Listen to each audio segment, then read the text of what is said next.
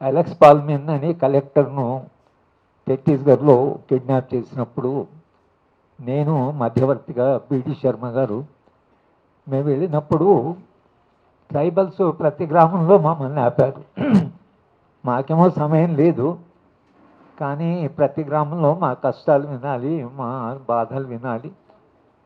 మేము వెళ్ళిన తర్వాత ఒక 2-3 సంఘటనలు, చాలా సంఘటనలు చెప్పారు.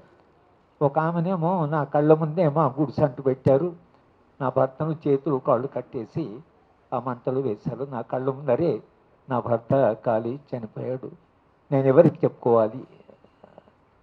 ఒక వాళ్ళు వచ్చి, మా అల్లుడు కొత్తగా పెళ్ళయింది, అతను అత్తగారి తల్లిదండ్రులు చెప్తున్నాడు, అత్తగారింటికి వెళ్ళి వస్తున్నాడు, తోవలో సైకిల్ మీద వస్తున్నాడు అని హీ వాజ్ షార్ట్ డెడ్.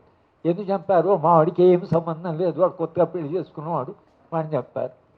ఒక ఆయన వచ్చామో, నేను 4 లక్షలు బ్యాంక్ నుంచి అప్పు తెచ్చుకున్నాను పశువులు కొనడానికి, ఆ 4 లక్షలు తీసుకుపోయారు. అంటే సాధారణంగా ప్రజల మీద జరుగుతున్న ఈ నేరాలు ఏవైతున్నాయో ఇవి సల్వాజం చేసినప్పుడు దాన్ని నియంత్రించవలసింది ఎవరు?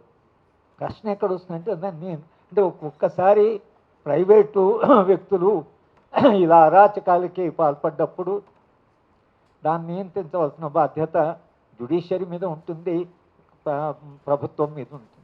కానీ ప్రభుత్వమే దాంట్లో భాగమైనప్పుడు పరిస్థితి ఏమిటి అనేటువంటి ప్రశ్న ఇవాళ ఒక ప్రధానమైన ప్రశ్నగా, ఆ విషయంలోనే ఈ జడ్జ్మెంట్ ఏదైతుందో, జడ్జ్మెంటు ఇట్లా మీరు ఫోర్స్ని యూజ్ చేయడము, వాయిలెన్స్ యూజ్ చేయడం, అవుట్సోర్స్ చేసి ప్రైవేట్ వాళ్ళు చేస్తే ప్రజలు ఏం చేయాలి? ఆ నేరాలను అంటే అనుభవిస్తున్న ప్రజలు వాళ్ళ భవిష్యత్తు ఏంటి, వాళ్ళ రక్షణ ఏమిటి అనేటువంటి ప్రశ్న ఒక మౌలికమైన ప్రశ్నగా, రాజ్యము ఒకవేళ ప్రైవేట్ వాయిలెన్స్లో భాగమై ప్రైవేట్ వాయిలెన్స్ను ప్రోత్సహిస్తే సమాజం ఏం చేయాలి? It's a crisis of civilization, ఒక నాగరికత క్రైసిస్లో పడ్డట్టు. కనుక ఇవాళ కోదండరామ్ గారు చెప్పినట్లు అసలు అక్కడ సల్వాజనం చేసిన ఇది కానీ అది మొత్తం సమాజం పట్టించుకుంటే తప్పించి, ఆ కాలంలో కొంత జరిగింది సల్వాజనం మీద ఈ ప్రాంతంలో చర్చ జరిగింది, కానీ ఇవాళ మళ్ళీ చెప్పాల్సిన అవసరం లేదు దాని గురించి. ఎకనామిక్ అండ్ పొలిటికల్లో కిడ్నాప్ మీదనే కథ రాసినప్పుడు మొత్తంగా ఈ అట్రాసిటీస్ కొన్ని రాయడము జరిగింది. అప్పుడు చాలా కొందరు దాంట్లో అక్కడ ఫ్యాక్టరీని వెళ్ళి సల్వాజం చేస్తున్నటువంటి నేరాలను చెప్పడం కూడా జరిగింది. ప్రశ్న ఏమిటంటే, మనలాగా మన దగ్గర నయీం అనేటువంటి రాజ్యమే ప్రోత్సహించింది, ఆయన పౌర హక్కుల సంఘం నాయకులనే చంపాడు. ఏంటి అసలు దానికి పరిస్థితి ఏమిటి?